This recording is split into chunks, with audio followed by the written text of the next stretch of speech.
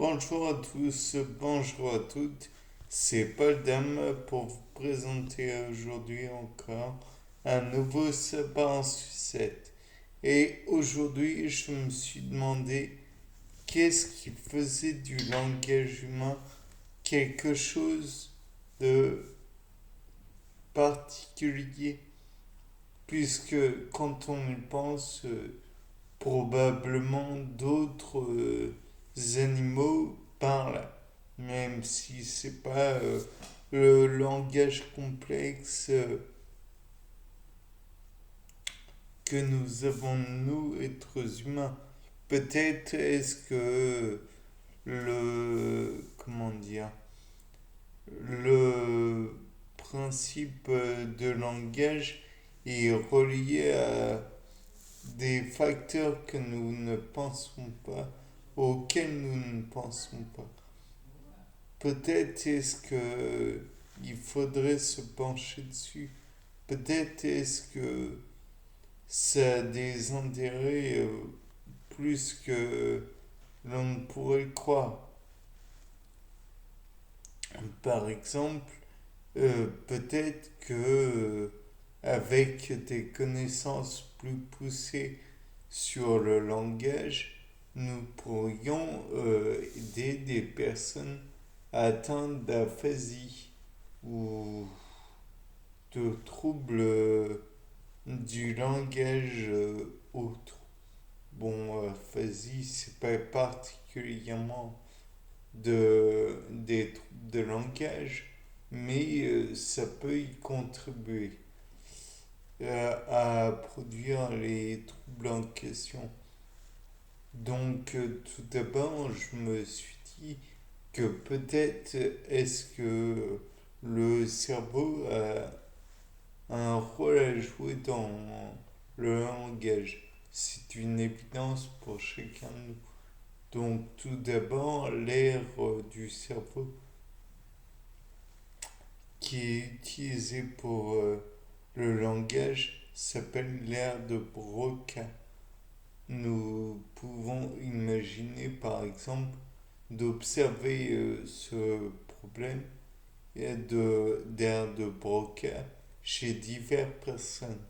Des personnes qui ont eu des AVC, qui touchent AVC au fait, accident vasculaire cérébral, donc qui auraient pu comprimer l'air en question, ou alors peut-être pourrait-il y avoir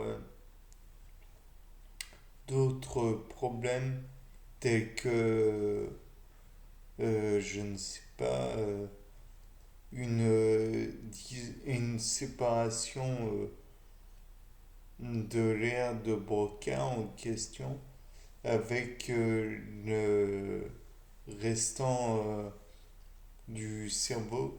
Peut-être qu'il se serait fait une frontière, entre guillemets, qui est impénétrable pour le restant du cerveau et dont le potentiel ne peut pas être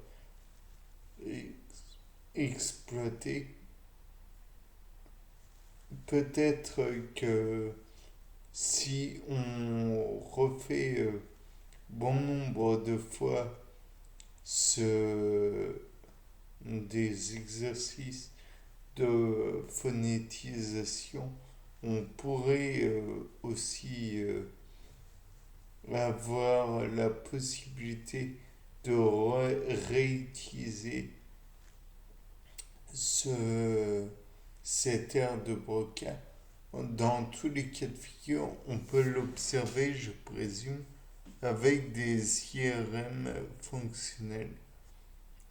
Et je pense que même on pourrait observer la façon de fonctionner du cerveau si l'on avait par exemple la possibilité de voir les neurones se lier les uns aux autres à chaque fois qu'il y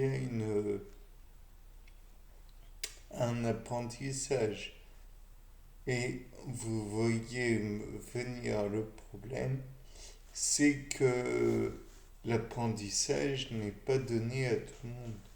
Il faut aussi parler de la mémoire pour la mémoire des mots, la mémoire des idées, la possibilité de réfléchir aux idées en question. Imaginez le problème que c'est de tout verbaliser, même si c'est pas le prononcer, c'est imaginer plutôt avant de verbaliser, d'imaginer l'ensemble des idées, puis d'utiliser des mots pour les verbaliser ces idées et qu'elles soient cohérentes, pas balancer des mots par-ci par-là en espérant que ceux-ci soient utiles et puissent donner naissance à un langage correct. Bien sûr, on peut aussi envisager le problème que l'air auditif, car le langage n'est pas uniquement affaire d'une personne, mais l'air auditif doit pouvoir permettre d'entendre la personne avec qui l'on parle. Et bien sûr, si on ne parle pas le même langage, car nous, êtres humains, avons cette fâcheuse tendance à complexifier des choses qui auraient pu être très très simples. Mais bon, bref, à savoir en utilisant un langage compris de tous. Malheureusement, blague à ses limites, il y a eu la tour de Babel. Bon, si vous ne connaissez pas la légende, ne vous en faites pas, c'est pas grave. On passe. Et donc, il faudrait une structure cérébrale particulière, mais aussi on peut envisager que la gorge en elle-même ou les cordes vocales ne peuvent pas être mises autant en vibration chez tous les êtres vivants. De plus, est-ce que tous les êtres vivants en ont? Ça, c'est encore un problème de taille. De plus, il y a une chose qui est certaine. Par exemple, certains perroquets, haras, je ne sais plus quoi, ou l'oiseau lyre, dont j'ai déjà dû parler précédemment, peuvent reproduire des idées, mais on leur a appris. Et l'apprentissage a donc une, euh, une place centrale, puisque la place en question est réservée au fait d'articuler les idées. Bien sûr, il faut pouvoir aussi synchroniser action de la mâchoire, de la gorge et j'en passe, avec le fait de en même temps avoir la gymnastique intellectuelle pour finalement réussir à donner naissance à un langage. Par la suite, on pourrait se dire que peut-être le chimpanzé ou le bonobo pourrait avoir la possibilité de donner naissance à un langage. Encore une fois, je ne sais pas. Et je doute qu'avec un simple, comment dire, apprentissage que l'on fait habituellement à un être humain, on puisse apprendre quoi que ce soit de langagier, j'entends, à un chimpanzé ou à un bonobo. Ce n'est pas une question d'intelligence ou de supériorité, c'est une question du fait que le cerveau et